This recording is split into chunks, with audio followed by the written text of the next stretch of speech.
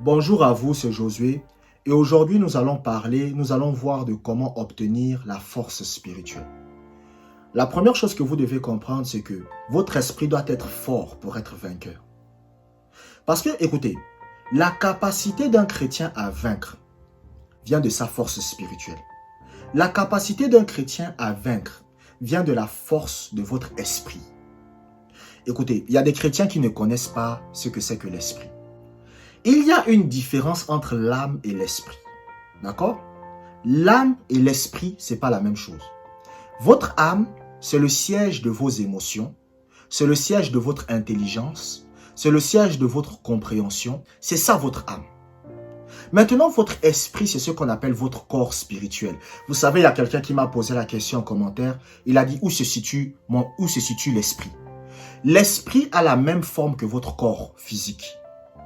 En fait, votre corps physique, c'est comme le gant de votre esprit. Vous avez vu quand vous avez une main, quand vous avez votre main, vous mettez un gant. Qu'est-ce qui se passe? Le gant va prendre la forme de la main. C'est ça votre corps.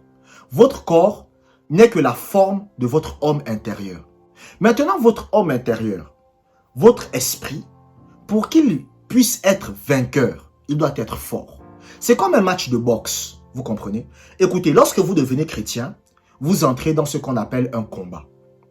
Et maintenant, votre capacité à vaincre l'adversité, votre capacité à vaincre les assauts du diable, va dépendre de la force de votre esprit. Un jour, il y a un homme de Dieu, il avait fini la réunion chez lui, il était en train d'enseigner la parole de Dieu, et il avait fini la réunion, et il partait chez lui. En arrivant chez lui, il voit sa femme. Et sa femme va lui dire, chérie, je dois te dire une chose, je vais perdre l'enfant. Parce qu'on a découvert que l'enfant a un problème dans le ventre, il va mourir. L'homme de Dieu a dit, jamais. Il a dit jamais. Il a dit maintenant, donne-moi ma nourriture. Il a dit non, ça ne peut pas arriver, donne-moi ma nourriture.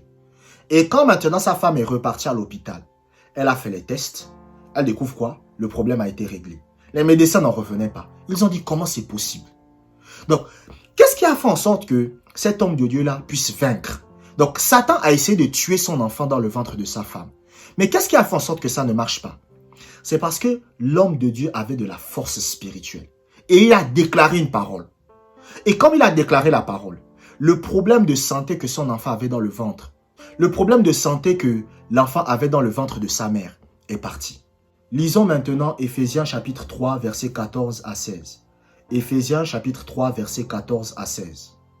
À cause de cela, je fléchis les genoux devant le Père, duquel tire son nom toute famille dans les cieux et sur la terre, afin qu'il vous donne, selon la richesse de sa gloire, d'être puissamment fortifié par son esprit dans l'homme intérieur. Donc là, vous voyez la prière de Paul. L'apôtre Paul dit, je prie Dieu, je fléchis les genoux devant Dieu, afin que Dieu vous accorde la grâce d'être puissamment fortifié par son esprit dans l'homme intérieur. Donc, il y a des chrétiens qui sont faibles. Parce que si l'apôtre Paul prie pour que certains chrétiens soient forts dans leur homme intérieur, ça veut dire qu'il y a des chrétiens qui sont faibles. Ça veut dire qu'en tant que chrétien, il y a des choses que vous devez faire dans votre vie pour être fort spirituellement. Il y a deux catégories de chrétiens. Il y a les chrétiens forts, il y a les chrétiens faibles. Écoutez, quand Dieu dit qu'il y a des chrétiens faibles, il ne parle pas de physiquement. Physiquement, écoutez, il y a des chrétiens qui ont des abdos, qui ont les pectoraux, qui ont les biceps, mais dans leur esprit, ils sont faibles. Ça veut dire que leur corps spirituel est faible. Ça veut dire que lorsqu'il y a des problèmes, ça veut dire que lorsqu'il y a l'adversité, ça veut dire que lorsqu'il y a des situations difficiles, leur esprit n'est pas suffisamment fort pour vaincre le problème. Leur esprit n'est pas suffisamment fort. Écoutez, votre capacité à vaincre viendra de la force de votre esprit. Vous savez, il y a un homme de Dieu, par exemple, il raconte que un jour, il était dans un centre commercial. Et pendant qu'il était dans un centre commercial, il a senti que la puissance de Dieu sortait de lui. Et ça allait vers une jeune fille. Et la jeune fille, elle était malade. Vous comprenez? Elle était très malade. Lui ne savait pas. C'est-à-dire que lui, il est avec sa femme au centre commercial. Mais il sent que la puissance de Dieu sort de lui. Et ça va vers une fille. Et après, la fille, elle parle à sa mère, puisque la petite fille était avec sa mère. La petite fille va dire à sa mère, maman, je suis guérie. Et elle va dire, maman, je suis guérie. Je suis guérie. Et c'est là que l'homme de Dieu va dire que, oh, donc elle était malade et la force spirituelle qui était en moi est sortie de moi pour aller la guérir. Donc, même la guérison des malades, ça vient de votre force spirituelle. Maintenant, c'est vrai qu'il y a des choses qui peuvent court-circuiter. Il y a des choses qui peuvent court-circuiter la puissance. Parce que quand vous regardez, par exemple, dans la Bible, vous allez voir que Jésus-Christ est allé à Nazareth, mais il n'a pu faire aucun miracle. La Bible ne dit pas que Jésus ne voulait pas. La Bible dit qu'il n'a pas pu.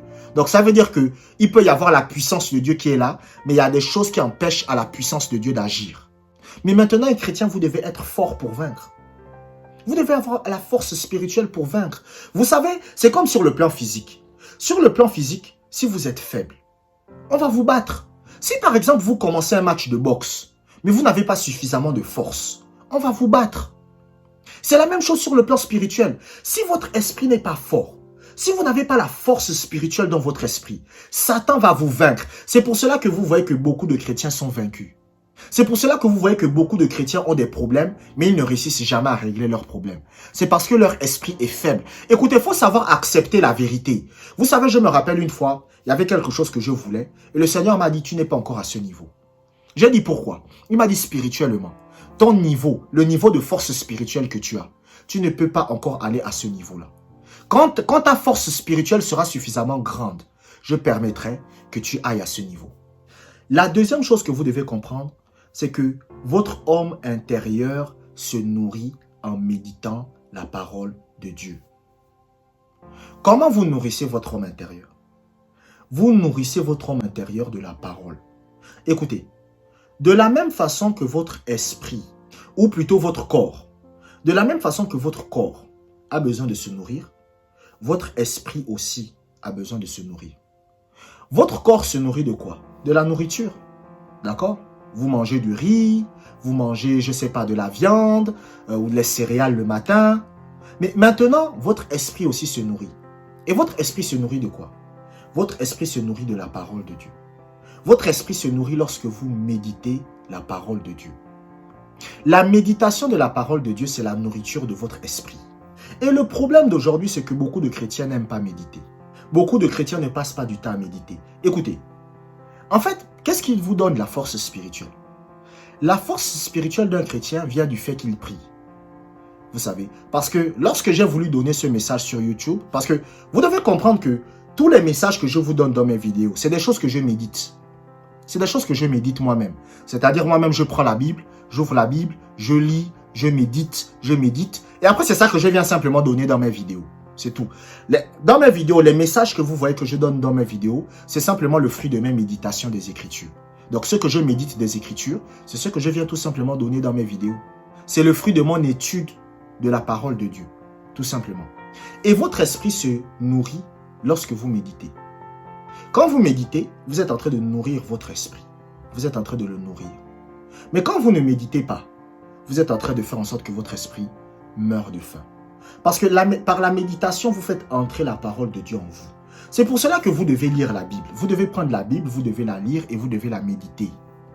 Est-ce que vous savez, en tant que chrétien, que votre capacité à écouter Dieu vient de la méditation? C'est-à-dire la capacité de Dieu à vous parler. Parce que Dieu parle tantôt d'une manière, tantôt d'une autre. Dieu peut parler par des visions, Dieu peut parler par une voix et Dieu peut parler par l'intuition. C'est les trois façons par lesquelles Dieu parle. Dieu parle par des visions, Dieu parle par des voix et Dieu parle par l'intuition. Vous voyez? C'est des façons par lesquelles Dieu parle. Mais maintenant, qu'est-ce qui fait en sorte que Dieu aura la possibilité de vous parler? Ce qui fera en sorte que Dieu aura la possibilité de vous parler, c'est lorsque vous méditez. Plus vous êtes quelqu'un qui passe du temps dans la méditation des Écritures, plus la capacité de Dieu à vous parler deviendra grande. Donc, la force spirituelle vient par la prière. Mais maintenant, vous nourrissez votre esprit par la méditation de la parole de Dieu. Lisons Josué chapitre 1, verset 8. Josué chapitre 1, verset 8. Que ce livre de la loi ne s'éloigne point de ta bouche. Médite-le jour et nuit pour agir fidèlement selon tout ce qui y est écrit, car c'est alors que tu auras du succès dans tes entreprises. c'est alors que tu réussiras. Vous voyez ce que ce passage de la Bible vous dit? Écoutez, combien il y a de chrétiens parmi vous, vous voulez réussir? Vous voulez réussir. Vous avez envie de réussir. Vous avez envie d'être un succès dans la vie. Regardez ce que Dieu dit. Dieu dit, médite la parole. Passe du temps à méditer la parole. Lisez la Bible et méditez la Bible. Vous savez, écoutez, c'est bien d'écouter les enseignements. C'est bien d'écouter les enseignements, c'est bien de lire des livres. C'est vraiment très très bien. Parce que ça nourrit aussi votre esprit. Mais vous devez aussi apprendre à lire la Bible et à la méditer. Parce que quand vous lisez la Bible et que vous la méditez, vous êtes en train de renouveler votre intelligence. Et quand vous renouvelez votre intelligence, la capacité de Dieu à vous parler devient plus grande. C'est pour cela quand vous lisez Romains chapitre 12 verset 2, cela va dire, ne vous conformez pas au siècle présent, mais soyez transformés par le renouvellement de votre intelligence, afin que vous discerniez quelle est la volonté de Dieu, ce qui est bon, agréable et parfait. Donc, qu'est-ce qui vous permet de discerner la volonté de Dieu? C'est votre intelligence qui est renouvelée. Mais votre intelligence renouvelée, comment ça se produit? Comment vous faites pour renouveler votre intelligence? C'est par la méditation des Écritures. Donc, votre esprit se nourrit en méditant la parole. C'est comme ça que votre esprit se nourrit. C'est comme ça que votre esprit mange. Il mange comment? En se nourrissant. Écoutez, est-ce que vous avez déjà vu quelqu'un qui a fait 3 jours sans manger? Il sera faible. Écoutez, même si vous allez à la salle de sport, vous avez des pectoraux, vous avez des abdos, vous êtes musclé, vous êtes en forme. Si vous avez fait 3 jours sans manger et que vous allez faire un combat de boxe, vous allez perdre. Vous allez perdre. Pourquoi? Parce que vous ne vous êtes pas nourri. C'est la même chose sur le plan spirituel. Sur le plan spirituel, vous pouvez avoir la force spirituelle qui vient par la prière. Mais si vous n'êtes pas quelqu'un qui médite la parole, vous serez faible. Parce que la méditation de la parole de Dieu, c'est comme manger. Et la prière, c'est comme faire du sport. Chaque fois que vous priez, surtout quand vous priez en langue, qu'est-ce que vous êtes en train de faire? Vous êtes en train d'édifier votre homme intérieur. Donc, en termes clairs, c'est comme si vous étiez en train de faire du sport. C'est comme si vous étiez en train de faire du sport sur le plan spirituel. C'est pour cela que vous allez remarquer souvent que la prière, c'est un exercice difficile. Vous allez remarquer, faut dire la vérité, 80% des chrétiens n'aiment pas prier. Même moi, j'aime pas prier. C'est-à-dire que quand vous commencez à prier, vous n'aimez pas. Pourquoi? Parce que votre esprit est en train de faire du sport. Mais maintenant, comment vous nourrissez votre esprit? C'est la méditation. Vous savez, moi, j'aime méditer la parole, mais j'aime pas prier. Donc, nourrissez votre esprit par la méditation des Écritures. Merci d'avoir regardé cette vidéo jusqu'à la fin. Abonnez-vous pour des prochaines vidéos et que la grâce du Seigneur soit avec vous.